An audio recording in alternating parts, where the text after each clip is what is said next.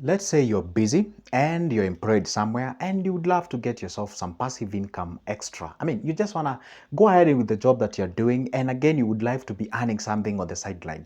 There is people, okay, most of the people call it side hustles or what have you. You'd like to be getting some extra out there. By the way, you know what? The best thing that you can ever have in life is when you have some multiple streams of income. And this is the video. On this board behind me with the next 15 minutes, I'm going to share with you 4 passive incomes that are so best for you as far as you're busy in your job and you don't want to quit as of now. By the way, remember one thing: thou shalt never quit the job that you hate to start a business that you do not understand. Guess what happens? You're going to lose 2 things. Number 1, you're going to lose your job. 2, you're going to lose the money. And of course, actually 3 things, and you're going to lose your business. This is Good Jobs Speaking. I talk about money, investment, anything related to. And guess what?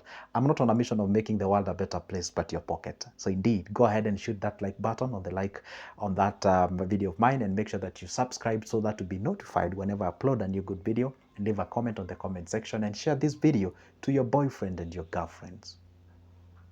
Let's go to business now. Here we are. Now, what happens now is that what can you be able to create that can give you something extra as far as the income are concerned? I understand you're busy. If you're busy, that means that you do not have extra time. And if you do, then it's actually a thin time.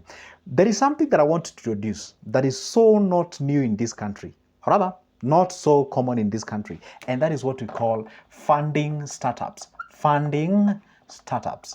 Funding startups. In America, in the developed country, this is a very popular way of investing your cash. For example, let's say you want to start a cosmetic business. And say you've never been to the business. Obviously, it's the way you're looking at it. You're like, I think this business can work. It's an amazing one. Probably you have a passion about it. But you do not have the time to actually run that business. How about you do this? Pick a business that is actually offering these cosmetic product services or goods. Go ahead and invest in that given business. Obviously, what you do is that approach the business, get to inquire some of the challenges that you might be facing. If one of the challenges is actually the cash crunch, and of course they show you how the business is performing in terms of the returns and what have you. And of course, you get to understand one thing: you're getting into the deal which money, or where the money is involved. Therefore, thou shalt never engage a very funny 5-letter word that I hate most when it comes to money. That is the trust. Thou shalt never engage the term trust when it comes to business. Always engage something called the due diligence. Is when you actually ask for the appropriate and relevant papers, that for the reason of actually signing a deal, whereby you front your KYC or you front your particular, we call them the Chapter 6 documents, your KRA PIN, your passport photo, and also your ID, making sure that the other partner also surrenders those documents. You have an agreement, have a lawyer in presence, whereby you agree, hey, guess what? This business of yours is worth $500,000 bob. I'm gonna throw another $500,000 bob. That means this business is worth like $1,000,000. Therefore, it means we are 50-50 partners. But I understand you run the nitty-gritties of this business. Therefore, I'm willing to give you this, and instead of 50%, I'm gonna go ahead and grab my 40%. You're gonna get the 60%. Therefore, it means that you can be able to hire and fire. But of course, if I'm actually be involved, that would be the best. And also, in this business of mine, this business of ours, you can actually do this and this and this. And of course, this money that you're throwing in, be there when the decisions are made. Probably we want to expand our business, have a different franchise, maybe introduce a new product, maybe introduce a new service, maybe introduce some new skills and workers and what have you. Fund the startups before you get yourself into a business. For example, say you want to start a business worth like $1,000,000 bob. You can actually throw some few thousand shillings, like say you throw like 100 G's or 200 G's. You test the waters first into that world of that business. When you fund that business, you're gonna gather yourself some investments, ideas about that business, where they get the, what do we call them, the suppliers, the distributor, the pricing, the tricky of running that business, all the secrets in and out and nitty-gritty, all those kind of things. So if you do learn how to fund the startups, that can help you a lot in understanding that business that you're gonna get into it in future, in future. All right, now we go to the next point. Starting up or startup businesses, you can be able to fund them and do something. All right, we go to the next step. The next business that you can actually get yourself, or the next passive income that you can get yourself into, it is what we call the manageable business. I did not say business, I said manageable business. There's some of the businesses that you can start and you really need to be there. For example, if you start a normal shop in Kenya, when you say shop, a duka is when you're selling sugar, I don't know, these common things, like it's like a grocery store. I mean, seriously, does it mean you have have to come there, you start measuring the sugar so that to know how much was sold and what. It has a lot of moving parts. When I say I'm managing, what do we call starting up a manageable business, is when you set up a business that you can easily manage remotely, or when you show up to the business, say at the evening after you've gotten yourself from the job, you can be able to monitor the business and its progress. For instance, say if you start some this is just an example. I'm not saying you start this. I'm giving as an example. Let's say you start up like something like the oil dispensing machine, and also you have yourself something like what do we call it, the water dispensing machine, or water for Kenyans can resonate with what I'm talking about.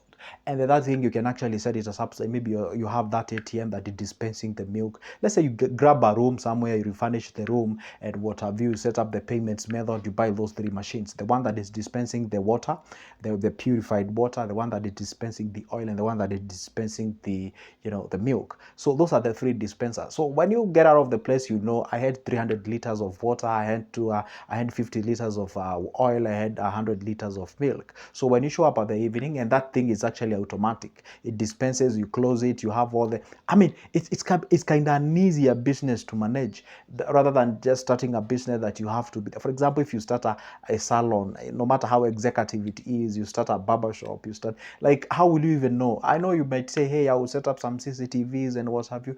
Do you have to go ahead and sit on that footage and literally count everyone who showed up to that particular place? It becomes a little bit to manage and actually run that specific business. All right.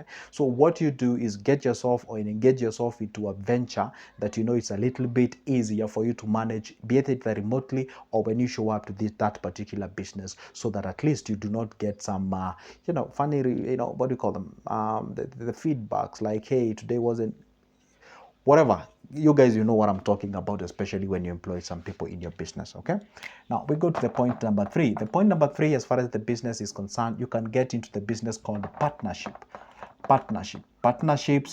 You see, there is a difference between funding the startups and partnership. I know it ends up you being a partner, but there is a partnership business in the sense whereby say I want to start a business worth 250K. The business has not yet started. I want to start a business worth 250,000. Or let's say it's, say 250,000, as little as that, or as much as that, depends with your perspective. Now, these 250 Gs, I don't want to risk all this amount of money. If I can be able to set aside 125K, then I find a partner, I find an individual who has an experience about this business, either has ever been employed, or an individual who knows this business, or from their end, they have the time, which I do not. They front the 125K. All right, then you can get the 250K that we want, and I have the idea and the location and what have you, then we can set up that specific business. Therefore, it means we are 50-50 owners of this particular business. Now, what happens now, in this particular case, you're getting yourself into a partnership.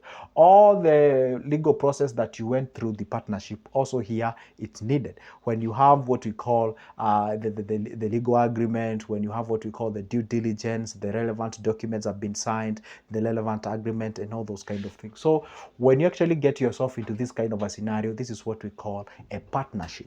A partnership here, it depends. You partner with somebody who has experience on that business. You partner with somebody who largely they have the money. And again, you can by the way, you can as well partner with an individual who maybe probably is as busy as you are, and then employs somebody, in that case regard. Therefore, it means your 2 hours plus their 2 hours, that is 4 hours. Therefore, it means a little bit of time has actually been salvaged into that business. Maybe today I can go check the progress of the business. Tomorrow the guy can actually go and check the progress of the business. So there is that differentiation of our roles and activities and what have you. So therefore, that's what I'm supposed to monitor as the single owner or sole proprietorship in that business. We actually subdividing all those roles. Therefore, it means I'm actually leveraging on that little amount of time that I have to actually go ahead and monitor as little, then the other part of the little for it to make a whole complete set is actually being monitored by other individual. So these are realistic and real things that you can be able to get yourself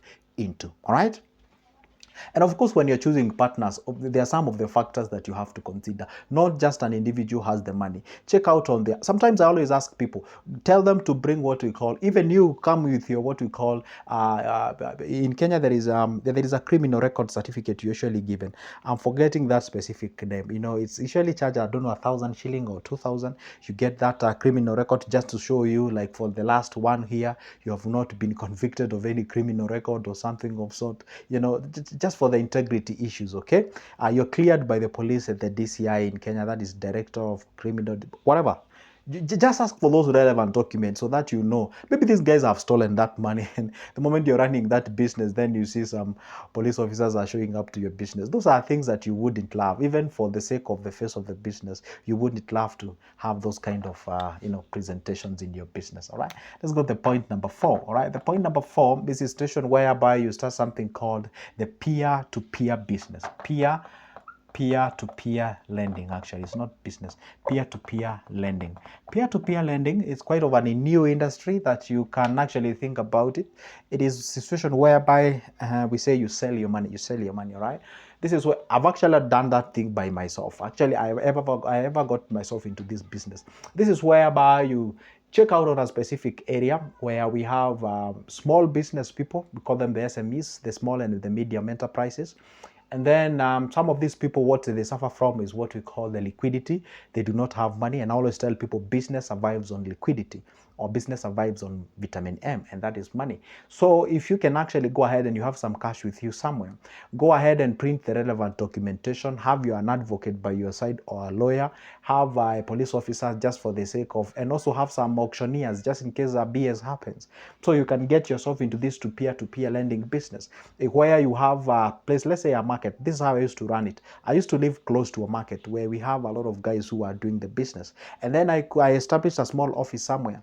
But before I did that, actually using that business, I was actually running that thing from my house, and then I could give those guys that money. It depends on the stock that you have. I come and check your business. Maybe your business is worth, I used to deal with like just an average people. The business maybe is worth like $100, or maybe let's say 10,000. Then I can give you a loan worth like 4,000, just slightly less than half of whatever you have, because I know, so that I can actually give you that amount of money that you can be able to pay back. If your business is worth like 20,000, I can be able to give you close to half of that what you have, or maybe half, or slightly above the half, just to make sure that just in case happens, I can be able to repay back myself with that what you have in that particular business. And I never used to complicate the things. The partner, or let's say this is business A and this is business B. The person from the business A wants the money. The guarantor can actually be the person from the business B. Just in case your fella does not pay, then you're liable of paying back that amount of money. It's quite simple, because where actually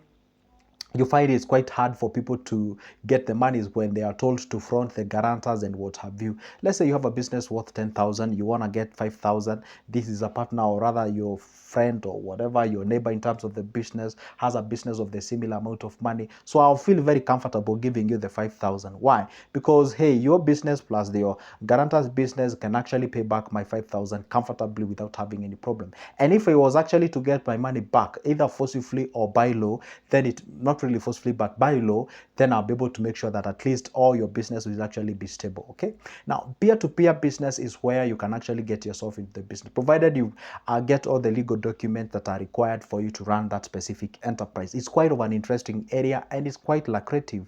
And just give them loan, or those that money that is actually a bit affordable, and you can be able to make some cash here and there. Obviously there will be cases of defaulters, but if you compare the cases of the defaulters and the ones that are paying, because I used to have defaulters anyway, you give like 10 people 2 defaults, but the interest that you're getting from the 8 people caters for the defaults, and you're still in business. I always tell people this: business does not make profit like throughout the times. They are just occasional wins that outshines the occasional, the seldom losses and what have you. And that is how you become, or that's how you succeed in business. All right, that's good, Joseph. If you would like to get more information on this, whatever the thing I've talked about, you can always grab that number of mine from the description of this specific video. Shoot me a call or a text, and we can be able to take you through that simple process, and for just a cup of coffee's price. For now, it's a goodbye, and see you in the next one.